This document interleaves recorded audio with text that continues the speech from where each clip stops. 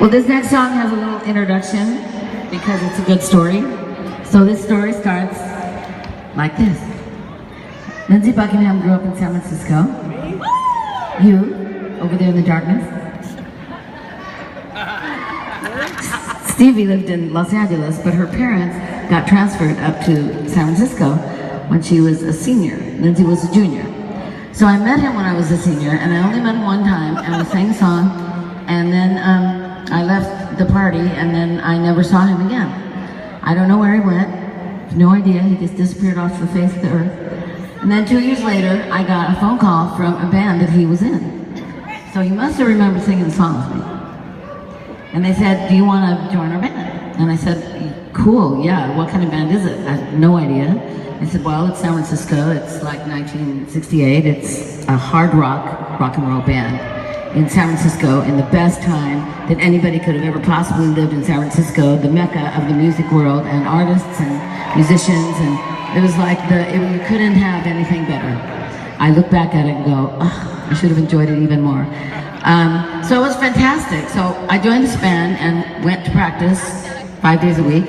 And all of a sudden we were opening for very big shows. Vis-a-vis. Jimi Hendrix, 75,000 people at Santa Clara Fairgrounds in San Francisco. Janis Joplin, Frost Amphitheater, Stanford University, 30,000 people. We opened for Santana the week before Woodstock came out. It was huge. And last but not least, even though there's many, many others, we were stuck in Lodi with Creedence Clearwater. And our car broke down, so we were really sad. So anyway, it was fantastic, and we were making pretty good money. I was going to school, my parents were paying for my education and everything else I did. So this money was mine. And I had heard a rumor that there was this fantastic store up in San Francisco called the Velvet Underground. And there you could buy the most beautiful clothes where all the rich and famous rock and roll women bought their clothes. Like Janis and Grace Slick and ones I didn't even know. So I saved up my money and buzzed up there in my convertible cranberry red, black interior, 5-speed, Corvair Monza Spider 5-speed convertible. It was, my dad really bought it for himself. I just was the person who bought it.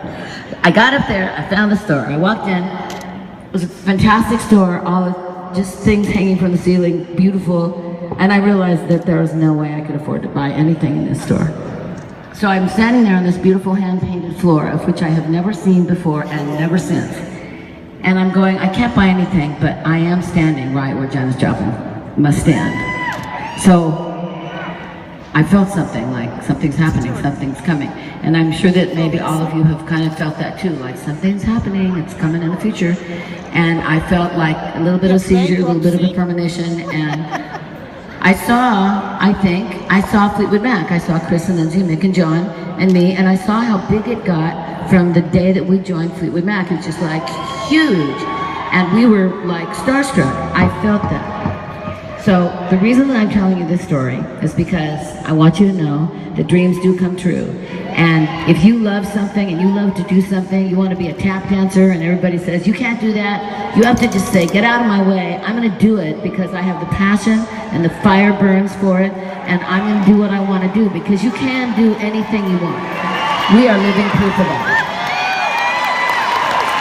So I'm back to the Velvet Underground, back to the floor that I loved, to a room with some lace and some paper flowers, back to the gypsy that I was.